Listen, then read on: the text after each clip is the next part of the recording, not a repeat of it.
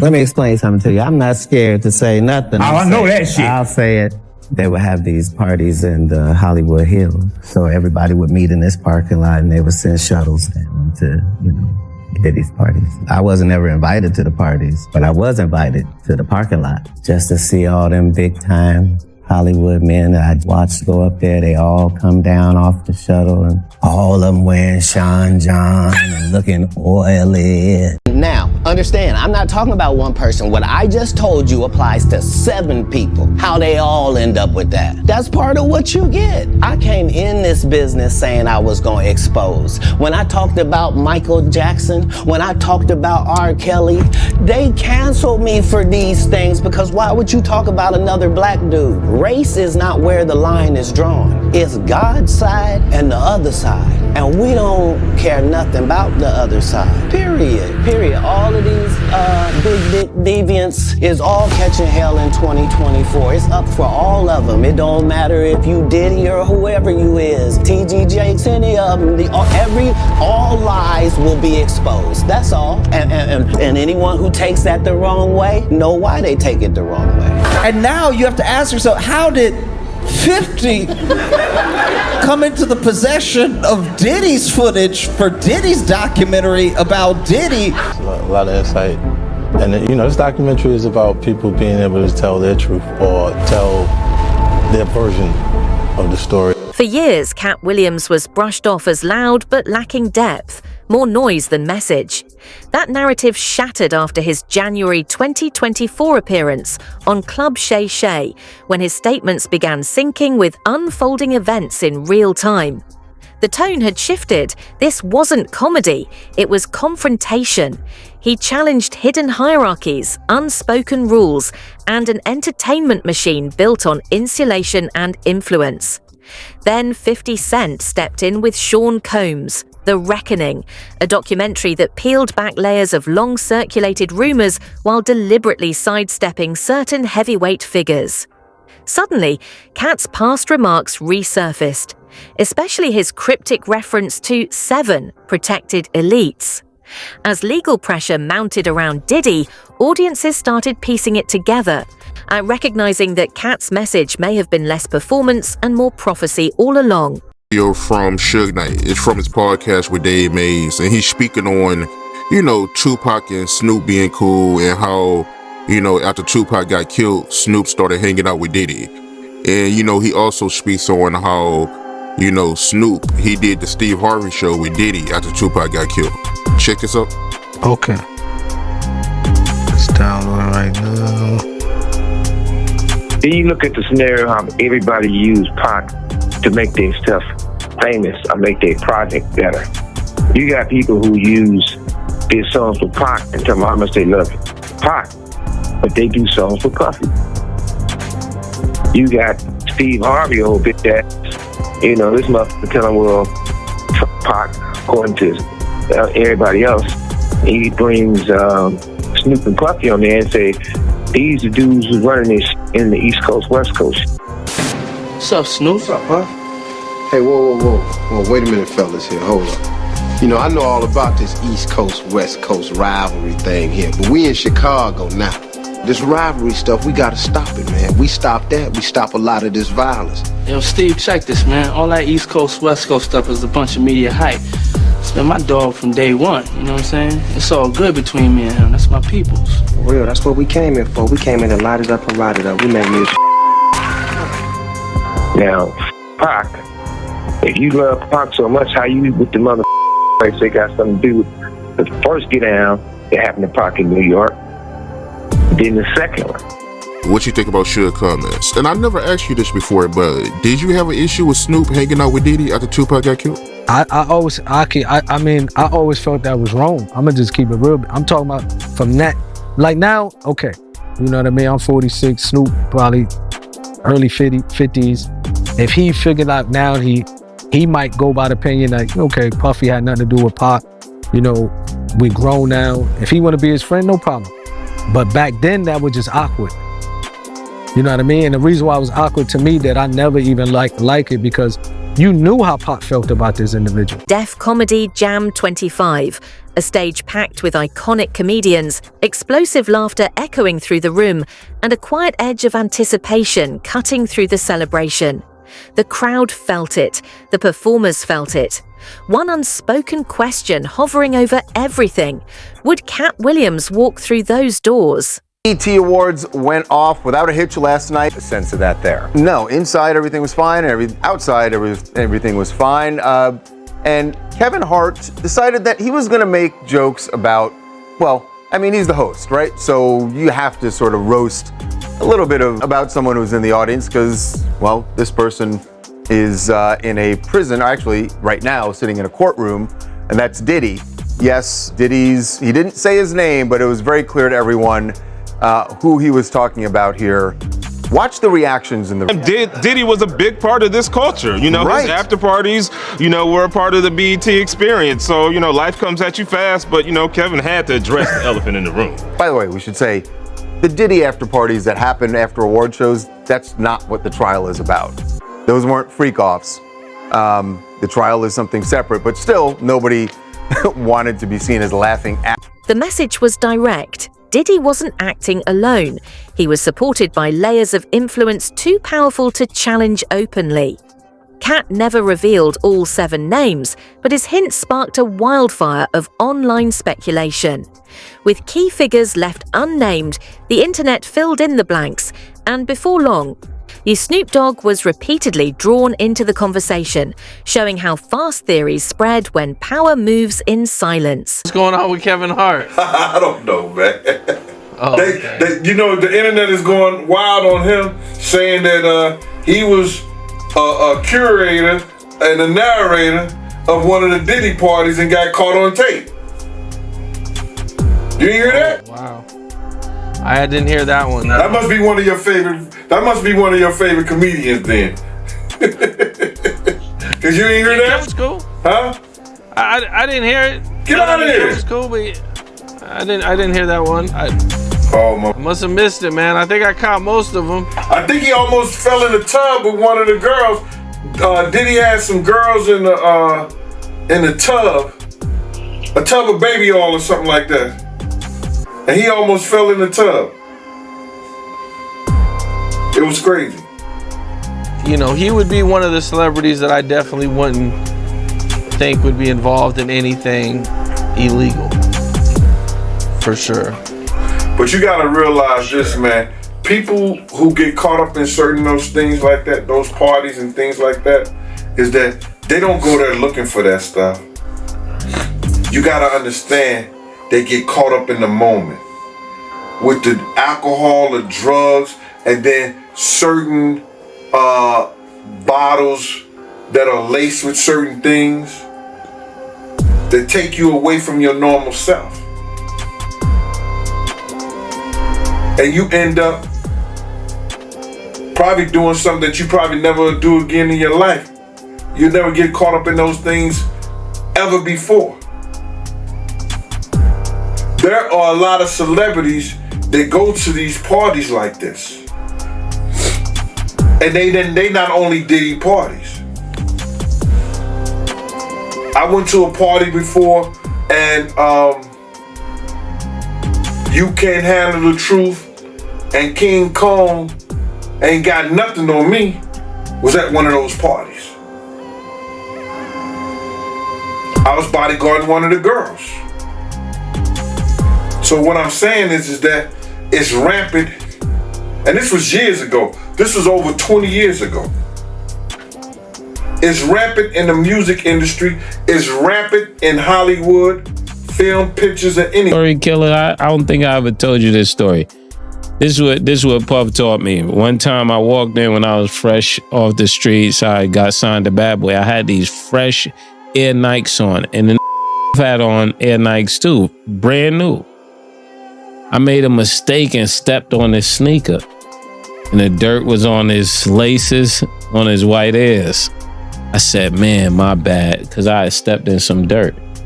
You know, the came back, put his feet in the dirt, and stepped all over my sneakers. I said, yo, what are you doing? He said, my bad. I said, yo.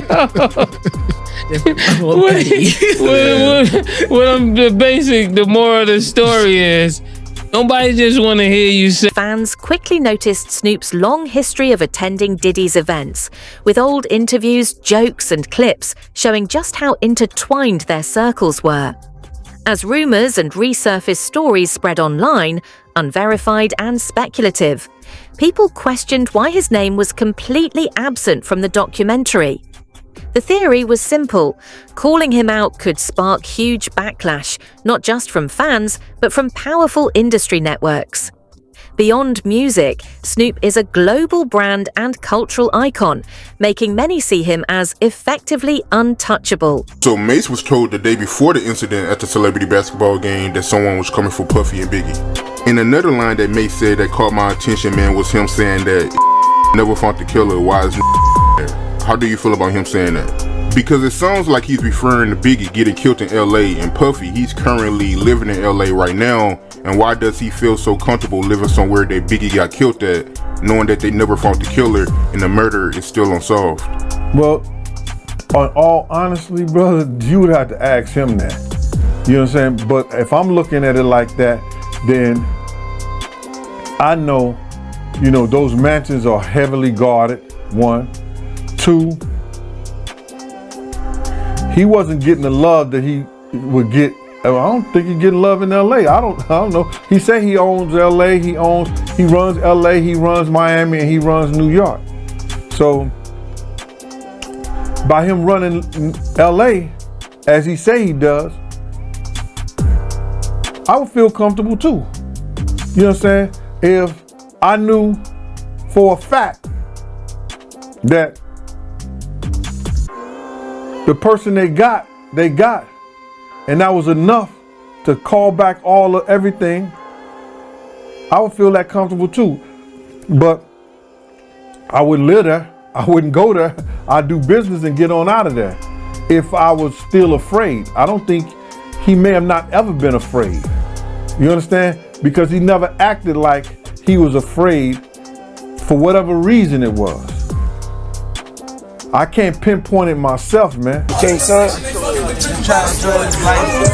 man, you doing it, man. You deserve it, daddy. You putting in that work. Proud of you. I love you. Yeah. Kevin Hart's name surprised many, especially as whispers turned to his early ties with events called Flavor Camp. These gatherings, tied to Diddy, were presented as platforms for rising talent, but they also sparked debate about how deeply some careers may have been shaped behind the scenes. Back in the day that Meek Mills and Puff was a little too friendly. Anytime two rappers or two people in the industry come dressed up alike on more than one occasion, listen here, man. My dudes in Philly, I got some real strong dudes in Philly. They don't play that. And they probably embarrassed for the fact to see that Meek Mills, one of the street guys that came out of there, got caught up in this Hollywood. Whereas that he's dressing the same. He dressing like Diddy, hugged up with Diddy. I think that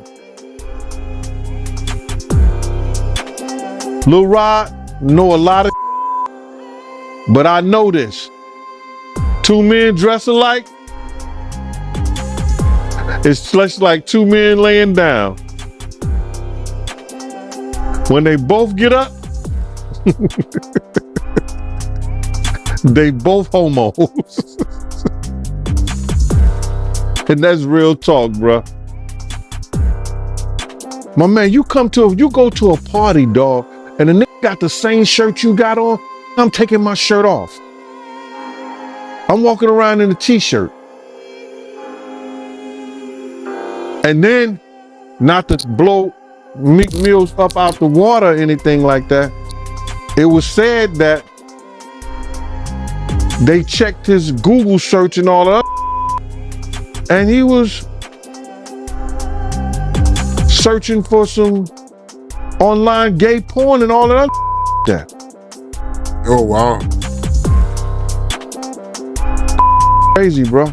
But listen, those are what, you know, it's crazy that money, that lifestyle, and you trying to fit into something get you.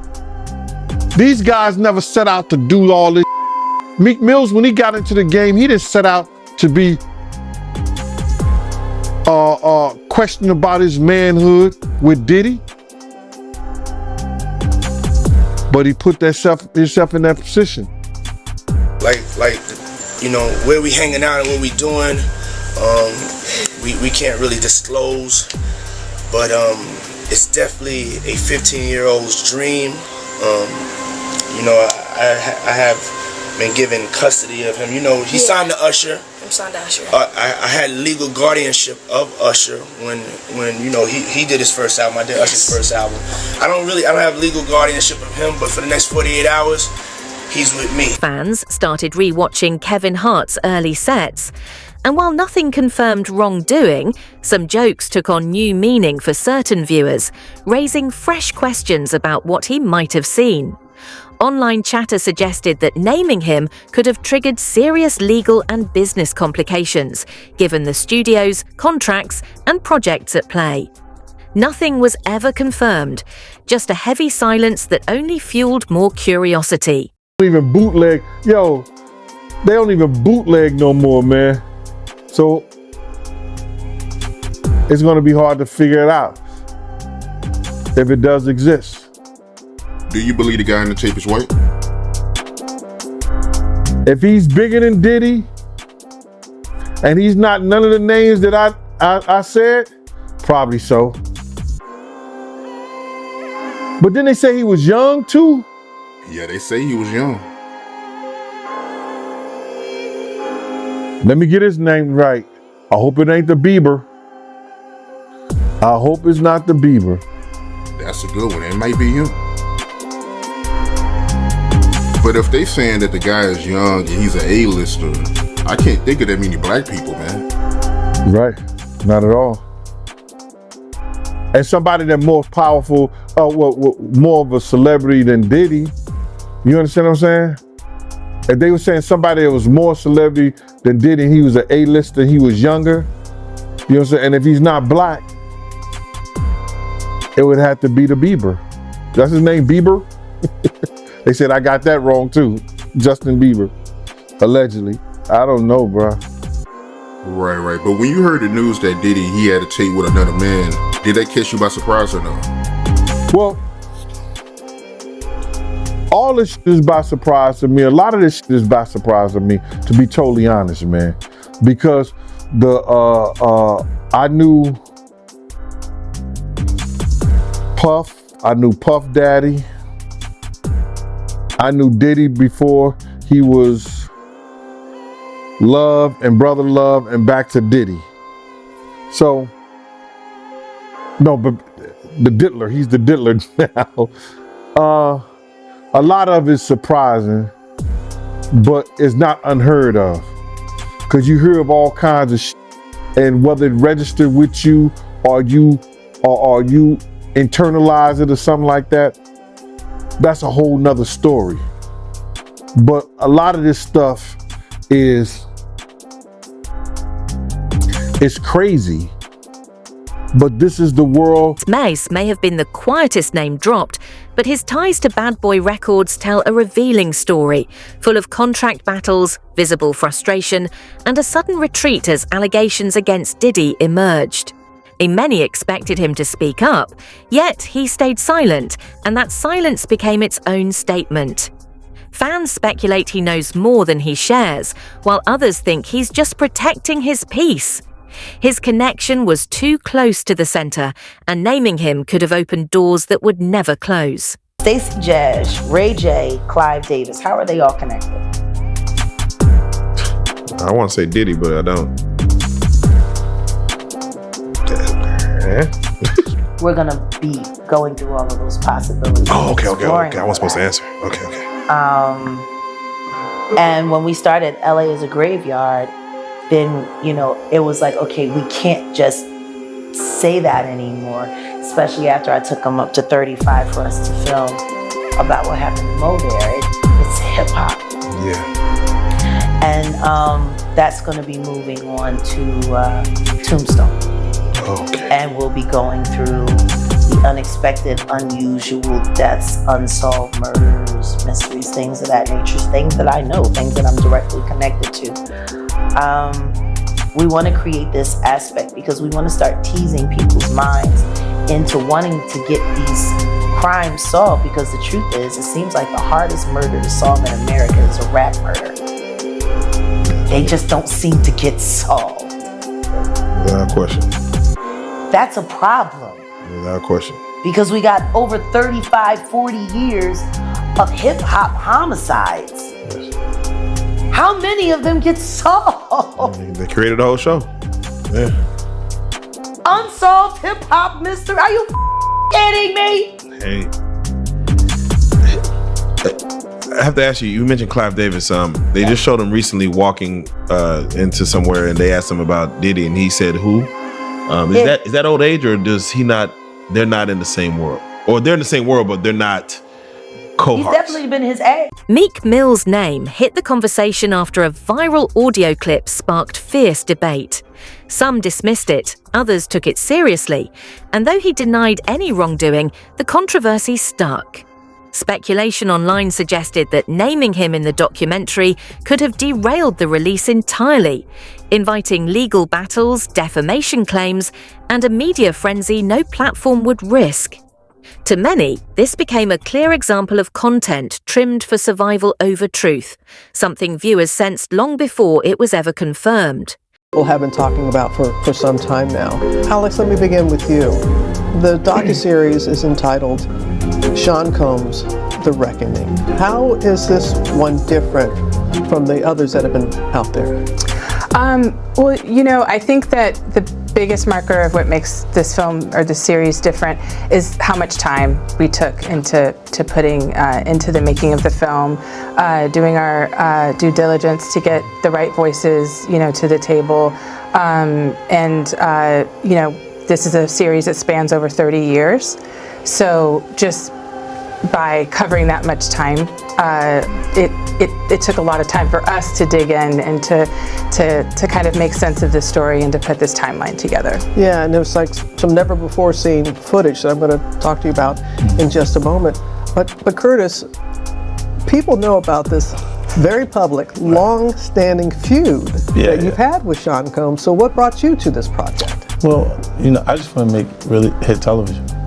I like the idea of it being exciting, and I picked this project and started working on it about 5 months before I found Alex.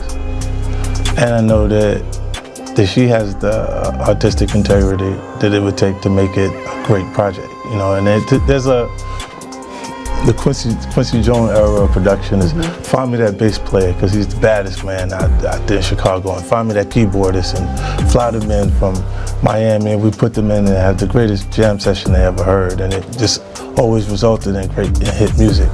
And I take that concept into television production. You take that into everything you do, sir. That's right. You really do. It really comes through, and appreciate that about you. As I said, never before seen footage of the days leading up to his arrest. Can you just talk a little bit about, was there anything that surprised you from that footage? The footage, well, I think it's rare to find someone who's being, talked about all over the country. All eyes were on him, so to speak. And it was really interesting to see his last days of freedom, and what was sort of important to him. Obviously, there's phone calls with his attorneys, with his team. It was very interesting to watch a man who's known for his brand presence. He has a really amazing knack for marketing and all of that, and how he was sort of taking that into account in how he was coming off to the public, in the days leading up to his arrest and indictment. So that was interesting. It was also just interesting to see how laid back he was at times. But the footage also, in the footage, we also see how he's getting incoming, lawsuits are dropping, and to get his real-time perspective on that was sort of jaw-dropping when we first got our eyes on the footage. Was there anything that surprised you when you were watching the footage? No, that didn't surprise me at all. Because you've known him? Yes, those behaviors, and I think it was surprising that he actually filmed it. Yeah, and I want to ask about that, because how did you go about getting the footage? And do you know the intent of the videographer, why he or this person took the footage? She's a journalist, right? Yeah. So she's not going to reveal her sources, so you don't have to reveal that. Not going to reveal my sources, but I think that partnering with someone like 50, it was very much in the universe as to what we were doing. It's a lot easier. Perhaps the most delicate names were Justin Bieber and Usher, both tied to Diddy early in their careers. Resurfaced videos and interviews showed moments that, in retrospect, felt uneasy. Justin Bieber's emotional responses to paparazzi years later added fuel to the speculation, raising questions about whether young stars were shielded at the cost of their well-being. Many believe the documentary drew a strict line here, not from lack of relevance, but to avoid publicly exposing potential victims, leaving their names unspoken to prevent harm. Apparently there's another 100 hours of Diddy footage on the cutting room floor? So Diddy is still doing press. Diddy. 50. Diddy is not doing press. No, he's doing press on the yard. He's doing press, like he's doing push-ups. No, 50 is still doing press, and obviously with the success of the Reckoning documentary, he's talking about there's more footage. There's 140 hours that he has, and each episode was only maybe an hour, I think. There was 4 episodes, so there's at least 130 something more hours that he hasn't edited or produced, and he's saying that he may put it out on YouTube, just to put it out there, like on his 50 Cent Devo page. I don't know if it'll be on his page, but he just said, he doesn't know if he's going to release it with Netflix or through Netflix. He might just, put it out on YouTube or wherever, some other platform. But the one thing that he said that was interesting is, he said, because you see people out here trying to, say, oh, the documentary can paint a narrative, this, that, and the third. And his words were, if you see the rest of this footage, there will be no more, kind of like, oh, you can paint this narrative. It's pretty clear cut, the things that are being said in the documentary, the things that he still can't believe Puff, because he says that a lot, like he can't believe Puff actually recorded all of it. Yeah. But so why does 50 not put that, if it's that damning and that crazy, why not put it in the doc? I don't know why. I don't know why he didn't put it in the doc. Maybe, the stories, maybe he had more people that he would need to interview and have sit down for the documentary to kind of go through those stories that are in there. It could be a number of reasons, but the fact that he has over 100 hours of footage of personal footage and things like that leading up to the case, because the story is Puff felt like he was going to win the case. Yeah. And that this was going to be footage for his documentary that he would have released. The Redemption. After the trial was done and things like that. So, the amount of things that he probably was recording, just going off of the fact that he felt like they were going to win the case. Yeah. This is my footage and these guys aren't going to put it out. Yeah. Like all the crazy shit we're going to take out. Right. But even I did see who I think was the director of what Diddy was trying to do, had mentioned that he was on vacation or was out of town and had someone fill in for him. And that's the only footage that made it to the doc because that guy sold it. So maybe that director didn't pay the person to fill in, so he owned the footage and was able to give it away. But maybe all this other footage, 50 doesn't have permission to put out. Like, okay, he could have it, but the director's like, no, this is my footage. Like, you got the other because I had my mans fill in for me for 3 days, and he has that footage now. Right. So maybe that could be it. But I mean, I don't know. I feel like 50 is so petty that if it was that crazy, he would have just put. in the doc, but who knows? I don't even want to speculate what is on the 100 hours. Yeah. After Lil Rod telling me what was going on, I don't know if I want to see it visually. I mean, you know, and for 50 to say the footage that's on there is it leaves no more room for, you know, people to kind of say, oh, you know, the narratives are being created, it's false. For 50 to say that, I mean, you know, we can only imagine the footage that he's seen and that he has. So we'll have to see if any of that ever sees the light of day. I'm sure that, you know, Diddy's team is going to do everything they can to make sure that that doesn't happen. But, you know, I don't know. Honestly, I don't even know if Then there's Clive Davis. If Diddy was the king, Clive was the architect, the ultimate gatekeeper. Fans see his omission as telling, not because he needed shielding, but because he embodies the system itself. Naming him wouldn't just single out one person. It would expose how the entire industry operates, and that kind of revelation rarely makes it to screen. Many consider this the documentary's true red line.